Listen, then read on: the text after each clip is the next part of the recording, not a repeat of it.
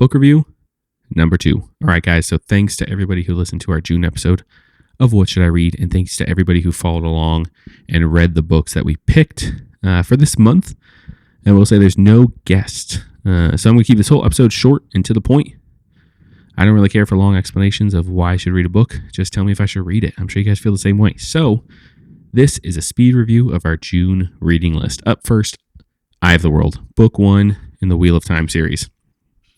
I'll say this is Tolkien with a hint of Menzoberran's and gender roles. So I'd say a solid 8.3 out of 10. I don't know where I'm going to find the time to continue this series, but the first book definitely makes me want to try to at least clear my schedule. I will say, a bit wordy in its descriptions and reminders at times. Like, I get it. Perrin has yellow eyes. There's no need to keep telling me. But the story was satisfying. It's a nice small tale of these small town farmers going out in the world outside of their small town and becoming world heroes. Even though, if at times the descriptions got a bit chaotic, I'm talking about the ending. I definitely had to reread a little bit of that ending to kind of understand what was going on in that final battle. What is the world, the Eye of the World? What was that sort of light? You know, all that stuff. Once all the dust settled, but I did really like it. I will say in any large series, there has to be a cliffhanger or some mystery to keep you coming back. And for me, it was the actual Wheel of Time. Like, what is that? Is it a physical person or a god weaving people's lives together with, threads?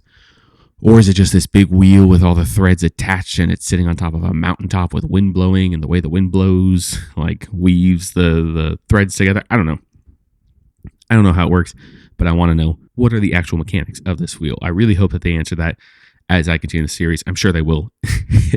It's the name of the series. So if you're looking for a giant work of fantasy that is actually finished, look no further.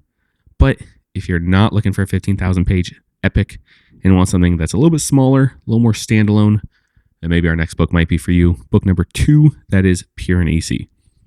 So this book, I don't know how to describe it. For me, it felt like I was reaching to grab a glass of water and I took a sip without looking.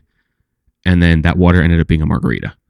Like, at first, I'm like, this is gross. Who messed with my water? I'm confused. But then by the time I realize what it is, I'm like, oh, this is great. This is refreshing. I love it.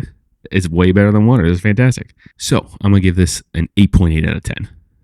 I could walk through the house with Piranesi and listen to him describe the statues of the house for like 6 more books as he just wanders around exploring this place. Like, it's great.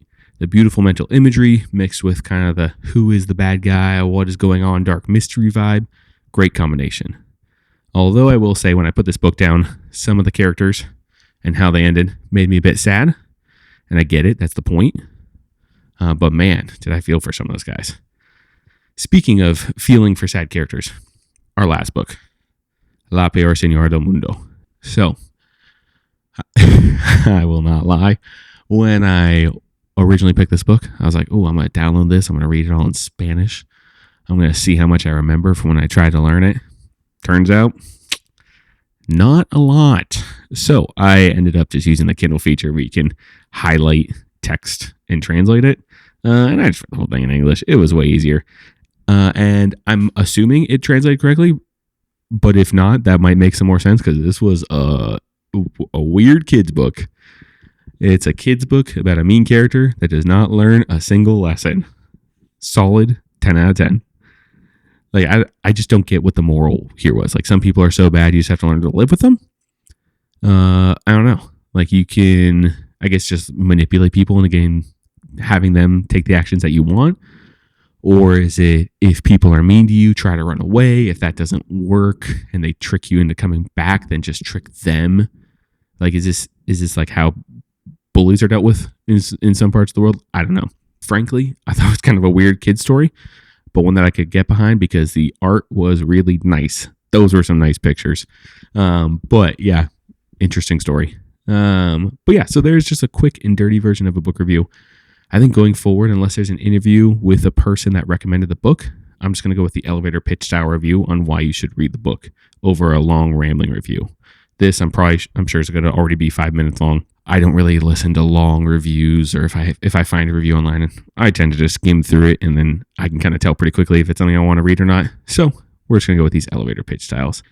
So next up, tomorrow's episode 3 of What Should I Read? We'll be taking the table back out into San Diego and seeing what people recommend. Now, when I started this, I did read that most people don't make it past their 3rd episode. So we'll see. If I post this and disappear forever, it was nice knowing you guys. This was a fun little project, but I think I'm going to keep going. I'm really enjoying this. I'm reading a bunch of books that I would never read, whether they're recommended on the show or on social media. I've already read one that someone recommended on TikTok, short story called A Short Stay in Hell. Man, that book stuck with me for a few days there. That's a great read.